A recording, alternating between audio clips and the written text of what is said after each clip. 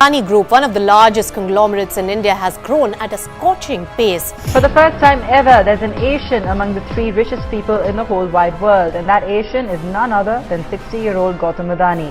Well, the top story today, the Adani Group has indirectly acquired more than 29% in news broadcaster NDTV. For the last few weeks, Gautam Adani has been our newsmaker. The NDTV takeover becoming the world's third richest, a fisherman protest against his port project in Trivandrum. But the latest was a bombshell. A report came out of Fitch. Adani Group shares are falling. But why? For the first time, his business empire was put on stand, questioned of its worth, and a warning that it may crumble down someday. This was not by any political or rival business group, but by the research wing of an international credit rating agency, Fitch. It's called CreditSights. They described the Adani Group as heavily over-leveraged. Means they have taken huge loans than it could digest. Their total debt is more than 2 lakh crore, 2.2 to be precise. But some say after adjustments, it's only around 1.5 lakh crore. That's also a huge figure. Anyway, the bottom line is, for every rupee received on shares, Adani Group has 3 rupee as loans. Loans amounting to 3 times the share capital is huge and risky, the report says. And why is that?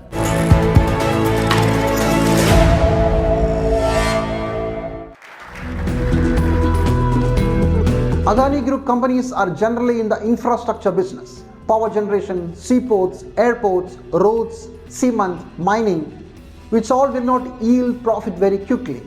And since the profit will take some time, the group will have to refinance the debt for some years. In common terms, we call it rollover, when you repay the debt by taking out a loan from another person. We all do it. Reason 2, the company is expanding very fast, getting into almost every sector available. And that means even more loans in future. In the last 3 months, it has taken about 19,000 crores from SBI alone. And reason number 3, the fight with Reliance for supremacy. It may lead the group into some unwise business decisions, the research agency fears. But that's applicable to Reliance also. Now reason number 4 and the last. If any of the company of the Reliance Group falls, the group will not be able to bring in new huge cash flows to save it.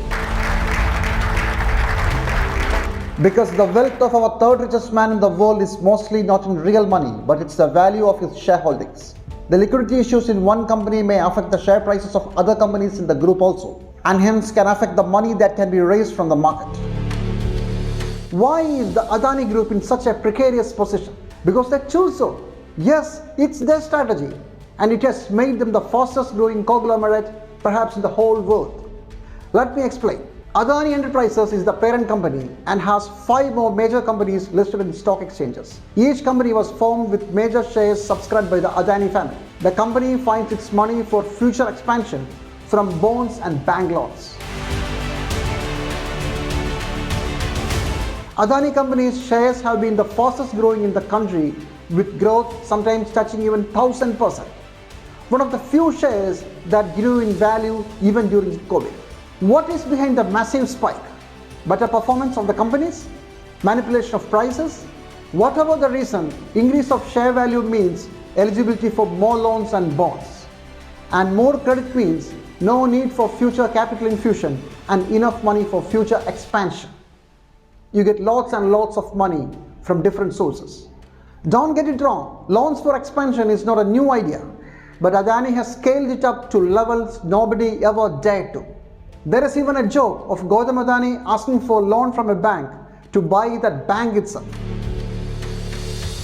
And as said earlier, according to the agency report, the loans and bonds have become 3 times higher than the total share capital of the group.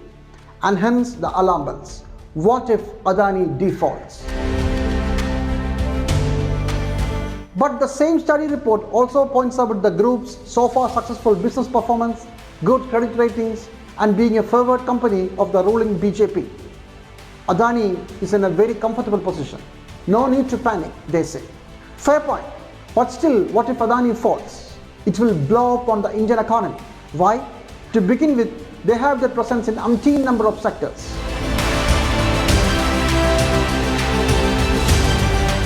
Then the banks are so exposed to its loans. This is not only the case of Adani, But this business model is more or less followed by many companies. 45% of loans of Indian banks are that of the corporate sector.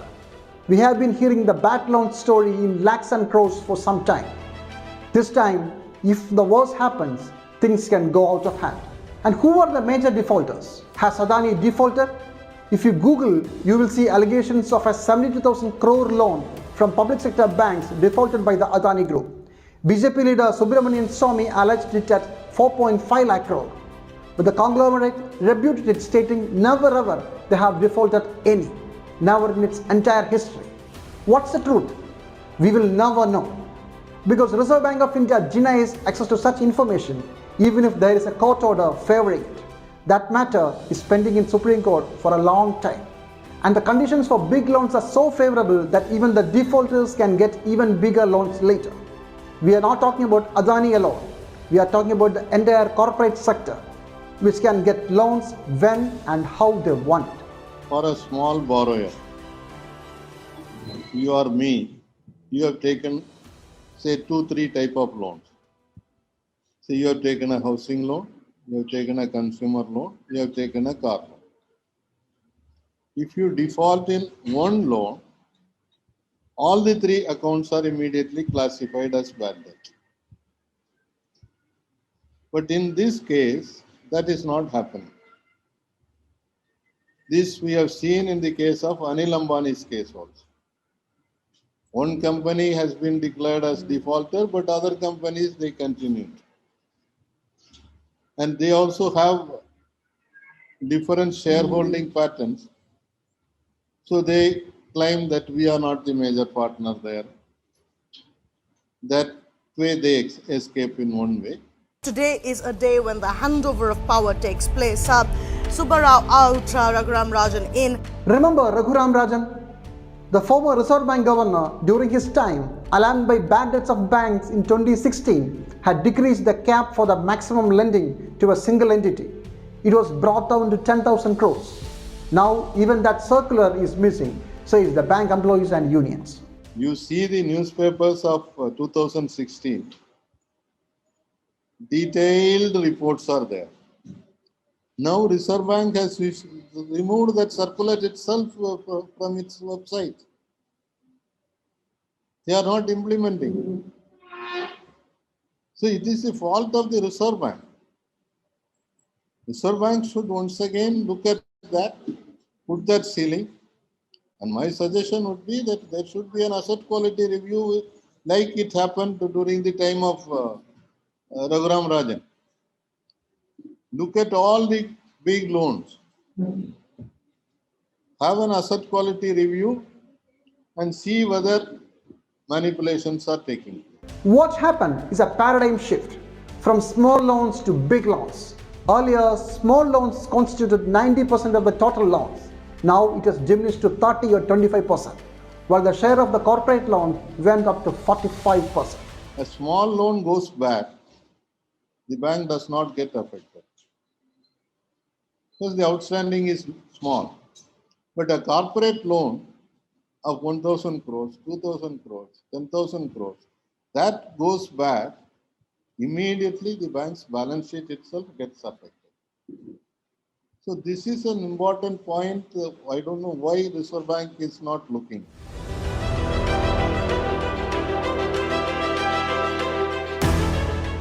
The credit sites report is a warning, not about Adani, but about our banks, how fragile they are, how worse things can go, and what to do.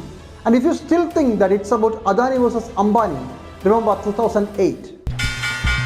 Not in generations has Wall Street absorbed the number of body blows it took today. The American financial system is rocked to its foundation as top Wall Street institutions topple under a mountain of debt. When you step back for just a moment and consider the events of the last few days, it is truly unbelievable. The greed of some lenders in the US had created a global financial crisis, killed millions of jobs, crushed economies of many countries, and it lingered for years.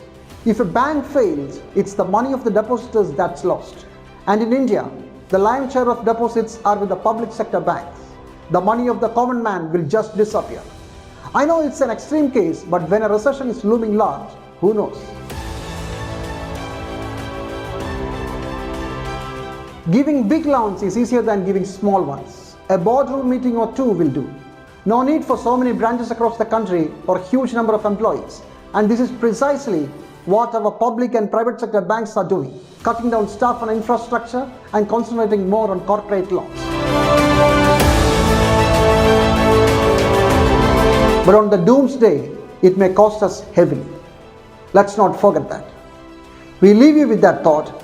Goodbye till we meet again, and before you go, please subscribe to our channel for more such stories. Goodbye.